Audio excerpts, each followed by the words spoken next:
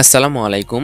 আপনারা অনেকেই এই ওয়ার্কআপ জব ওয়েবসাইটের মতো নিজের একটি মাইক্রোজব ওয়েবসাইট বানাতে চান, কিন্তু এই মাইক্রোজব ওয়েবসাইটের স্ক্রিপ্ট কোথায় পাবেন বা কিভাবে ওয়েবসাইট বানাবেন এইটা অনেকেই জানেন না। তো আজকের ভিডিওটি দেখলে আপনারা স্ক্রিপ্ট কোথায় পাবেন বা স্ক্রিপ্ট দিয়ে কিভাবে আপনার ওয়েবসাইট বানাবেন, একদম রেডি করবেন, তার সব কিছু জানতে পারবেন। তাহলে চলুন শুরু করা যায়। তো ওয়েবসাইটটা বানানোর জন্য প্রথমে আপনি যে স্ক্রিপ্টটা দরকার এইটা কিভাবে ডাউনলোড করবেন বা স্ক্রিপ্টটা কোথায় পাবেন আমি একদম ভিডিওর শেষে দেখিয়ে দেবো। তো স্ক্রিপ্টটা ডাউনলোড করার পর আপনি সি প্যানেলে লগ ইন করবেন। লগ ইন করার পর এখান থেকে আপনার ফাইল ম্যানেজারে চলে আসবেন। ফাইল ম্যানেজারে ক্লিক করলে আপনার সামনে এরকম আসবে। তো এখান থেকে আপনি যদি আপনার মেইন ডোমেইনে আপনার স্ক্রিপ্টটা ইনস্টল দিতে চান বা মেইন ডোমেইনে ওয়েবসাইটটা বানাতে চান, অর্থাৎ আপনার সি প্যানেলে যে মেইন ডোমেইন আছে সেটাতে বানাতে চাইলে এখান থেকে পাবলিক HTML এই ফোল্ডারে এসে আপনাকে স্ক্রিপ্ট ইনস্টল দিতে হবে বা স্ক্রিপ্ট এখানে আপলোড দিতে হবে। কিন্তু আমি যেহেতু মেইন ডোমেইনে বানাবো না, আমি একটা অন্য ডোমেইনে বানাবো। তো আপনার বাম সাইডে এখানে দেখতে পারবেন যে আপনার এই সি প্যানেলে কোন কোন ডোমেইন অ্যাড করা আছে, সেগুলো থেকে আপনার যে ডোমেইনে পছন্দ সেই ডোমেইনে ক্লিক করে এখান থেকে আপনাকে যদি কোনো ফোল্ডার থাকে এখানে আগে থেকে সেগুলো ডিলিট করে নেবেন। আমার এখানে কোনো ফোল্ডার নেই। এখানে আসার পর আপনি এখান থেকে আপলোডে ক্লিক করবেন। ক্লিক করে আপনার মাইক্রোজব স্ক্রিপ্টটা এখানে আপলোড করে নিতে হবে। তো আমি এখান থেকে আমার স্ক্রিপ্টটা আপলোড করে নিচ্ছি। এখান থেকে দেখেন, তো আমি এখান থেকে স্ক্রিপ্টটা সিলেক্ট করি, এখান থেকে মাইক্রোজব স্ক্রিপ্ট। এখান থেকে আমি মাইক্রোজব স্ক্রিপ্টটা সিলেক্ট করি। এখান থেকে এইটা আপলোড হতে একটু সময় লাগবে, আপনার ইন্টারনেট স্পিড যেমন তেমন আর কি সময় লাগবে। তো এটা আপলোড হোক, আমি ততক্ষণ ভিডিওটা পজ করি। আচ্ছা দেখেন, আমাদের এখানে আপলোড কমপ্লিট হয়ে গেছে। তো এইটা যখন কমপ্লিট হবে তখন আপনি এখানে আবার ফাইল ম্যানেজারে আসবেন। এখানে ফাইল ম্যানেজারে এসে রিলোডে ক্লিক করবেন। দেখেন আমাদের স্ক্রিপ্টটা এখানে চলে আসছে, অর্থাৎ জিপ ফাইলটা এখানে চলে আসছে। তো এখন আপনাকে এই জিপ ফাইলটা আনজিপ করে নিতে হবে।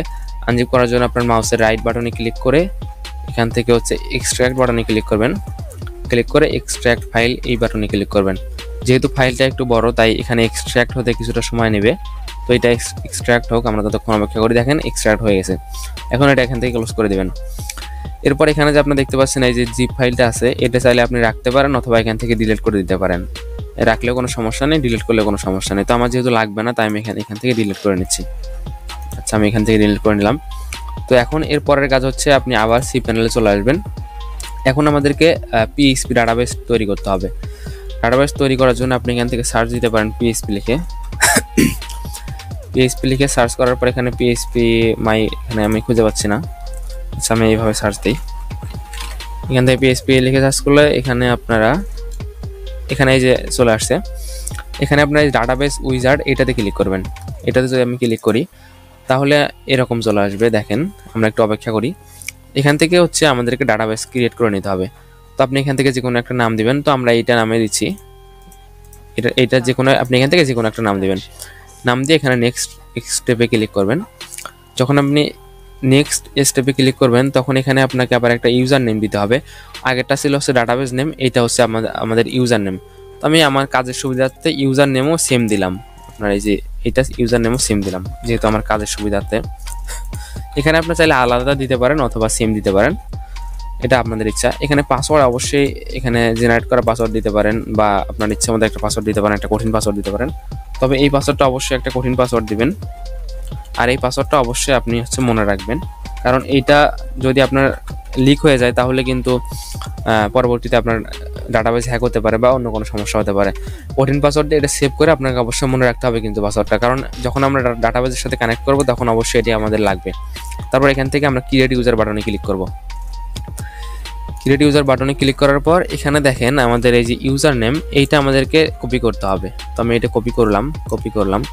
এটা কপি করার পর কিন্তু আপনাকে ওই ডাটাবেস নামটা ছিল ওইটা কপি করতে হবে। যদি আপনি ডাটাবেস নাম আর ইউজার নেম একই দেন তাহলে দুইটা একই থাকবে, তখন যে কোনো একটা কপি করলে হবে। তো আমি এটা একটা কপি করে রাখছি যেহেতু আমার দুইটাই একই ছিল। তারপর এখান থেকে আপনার এই যে অল এখানে ক্লিক করে আপনি নেক্সট স্টেপে ক্লিক করবেন। এখান থেকে আপনি একটু অপেক্ষা করবেন। অপেক্ষা করার পর এখানে আপনি আবার ইউজার নেম আর ডাটাবেস নামটা এখান থেকে দেখতে পারবেন। তো এখানে যেহেতু আমার দুইটা একই দিছিলাম এই কারণে দুইটা একই দেখাচ্ছে। আপনি যদি আলাদা দেন তাহলে এখানে আলাদা দেখাবে। তো এটা কিন্তু আমাদের লাগবে। আমি এটা এখান থেকে কপি করে নিই। যদি আমি একবার কপি করে নিচ্ছি, আমি আবার কপি করে নিই। তারপর আমাদের এখানে কাজ শেষ। আমরা এখান থেকে রিটার্ন হোম এই বাটনে ক্লিক করব। রিটার্ন হোমে আসার পর আবার আমরা এখান থেকে PHP তে যাব। এখানে আবার সার্চ করব PHP লিখে। এখন আমাদেরকে এই ডাটাবেজের মধ্যে আমাদের হচ্ছে ডাটাবেজ যে এসকিউএল ফাইলটা আছে ওইটা আপলোড করতে হবে। এখান থেকে ডাটাবেজ ক্রিয়েট করার পর এখানে যে মাই পিএইচপি মাই অ্যাডমিন এটাতে ক্লিক করবেন। এটাতে ক্লিক করলে আপনারা একটু অপেক্ষা করবেন। এখন আমাদের ওয়েবসাইটে বা এই সি প্যানেলে যতগুলো ডাটাবেজ আছে সেগুলো শো করবে। আমরা একটু অপেক্ষা করি। এখানে দেখেন শো করছে। তো এখন আপনি হচ্ছে যে ডাটাবেসটা ক্রিয়েট করছিলেন সেটা মনে রাখতে হবে, বা কপি করছিলেন ওইটা এখানে সার্চ দিবেন, তাহলে এখানে দেখতে পারবেন। দেখেন এখানে চলে আসছে। তো আপনারা কি করবেন, এই ডাটাবেজের উপর একটা ক্লিক করবেন। ক্লিক করার পর এখানে আপনার কাজ হচ্ছে এই যেখানে ইম্পোর্ট বাটন দেখতে পাচ্ছেন, আমি আপনাকে একটু হাইলাইট করে দেখাই। এই যেখানে ইম্পোর্ট বাটন, এই ইম্পোর্ট বাটনে ক্লিক করবেন। ক্লিক করার পর আপনাদেরকে এখন এসকিউএল ফাইলটা আপলোড করতে হবে। আপনারা যখন স্ক্রিপ্ট নেবেন তখন বা স্ক্রিপ্ট যখন ডাউনলোড করবেন তখন তার সাথে এসকিউএল ফাইলও দিয়ে দেওয়া হবে।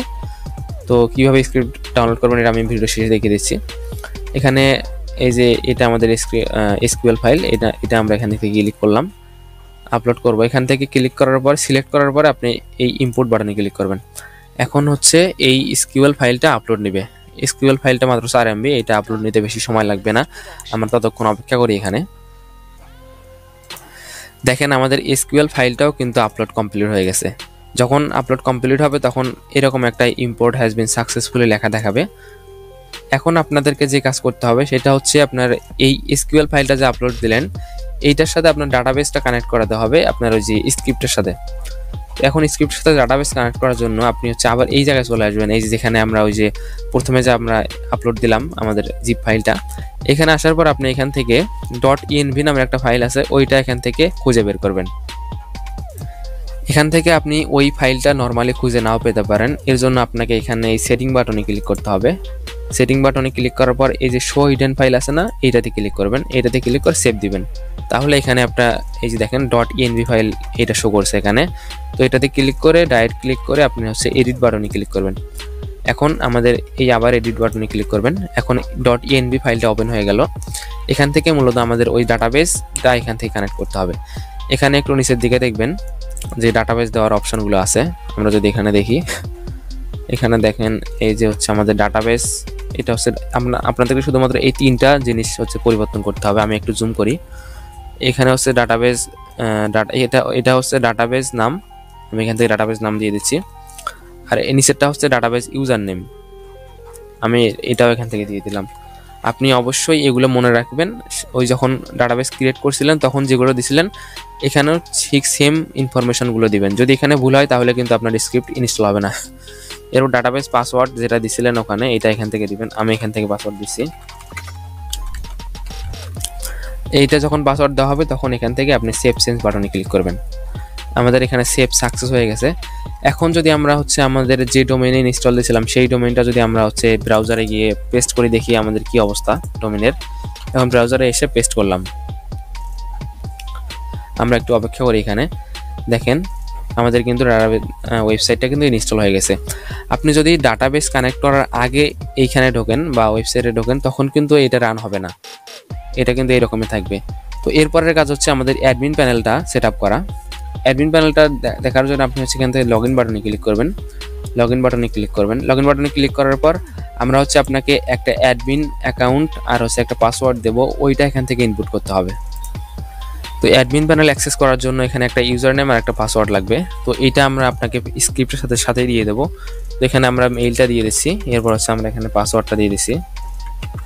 পাসওয়ার্ডটা দিয়ে দেওয়ার পর লগ ইন বাটনে ক্লিক করব। তাহলে আমরা এখান থেকে এই ওয়েবসাইটের অ্যাডমিন প্যানেল অ্যাক্সেস করতে পারবো। দেখেন এখান থেকে আমাদের অ্যাডমিন প্যানেলটা কিন্তু চলে আসছে। তো এখন আপনি এখান থেকে আপনার ওয়েবসাইটের যে নাম আছে, ওয়েবসাইটের যে যা কিছু আছে সব কিছু এখান থেকে চেঞ্জ করতে পারবেন। আমি আবার এখান থেকে দেখি ওয়েবসাইটের প্যানেলটা এখান থেকে দেখি।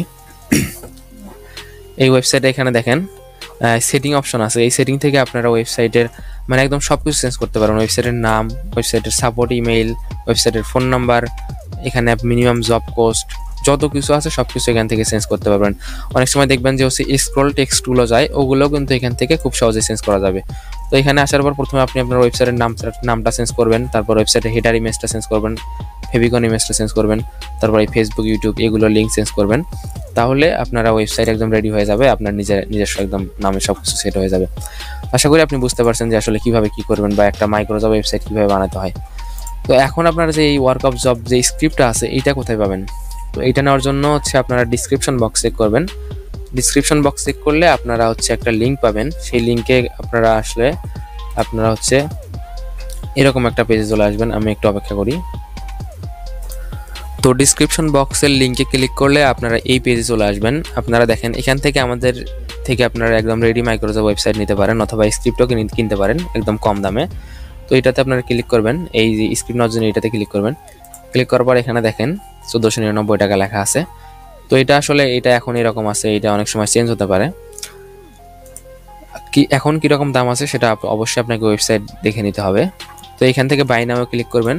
বাই নাও ক্লিক করার পর আপনারা এখানে একটা অ্যাকাউন্ট খুলবেন। অ্যাকাউন্ট খুলে পরবর্তী ধাপগুলো পরবর্তী স্টেপগুলো আপনারা কমপ্লিট করে খুব সহজে হচ্ছে এখান থেকে স্ক্রিপ্টটা নিতে পারেন। তো যদি স্ক্রিপ্ট নিতে কোনো সমস্যা হয় বা আরও কিছু জানতে চান তাহলে অবশ্যই আমাদের হোয়াটসঅ্যাপে নক দিবেন, আমরা হোয়াটসঅ্যাপে সবসময় অ্যাক্টিভ থাকি। স্ক্রিপ্ট নেওয়ার পর অবশ্যই আমরা আপনাকে সাপোর্ট দিব যদি ইনস্টল দিতে কোনো সমস্যা হয় বা স্ক্রিপ্টের কোনো সমস্যা হয়। আবার আপনারা এই ডেমোটা দেখতে এখানে ক্লিক করুন, এখানে ক্লিক করে আপনারা ডেমোটাও দেখতে পারবেন যে আসলে আমাদের থেকে যে স্ক্রিপ্টটা নেবেন এটা আসলে দেখতে কেমন হবে। এটা কিন্তু আমরা রেগুলার আপডেটের কাজ করি। যদি আপনি একবার স্ক্রিপ্টটা নেন তাহলে পরবর্তীতে আমরা যেসব আপডেটের কাজ করব সবগুলো কিন্তু আপনাকে একদম বিনামূল্যে দিয়ে দেবো, তখন আর কোনো এক্সট্রা টাকা দিতে হবে না। আশা করি আপনারা বুঝতে পারছেন যে আসলে স্ক্রিপ্ট কীভাবে নেবেন বা ওয়েবসাইট কীভাবে বানাবেন। যদি ভিডিওটি বুঝতে পারেন তাহলে অবশ্যই কমেন্ট করে জানাবেন, আর না বুঝলেও কোনটা বোঝেন নাই অবশ্যই সেটাও আমাদেরকে জানিয়ে দেবেন, আমরা অবশ্যই আপনাকে বুঝিয়ে দেবো ইনশাআল্লাহ। আসসালামু আলাইকুম।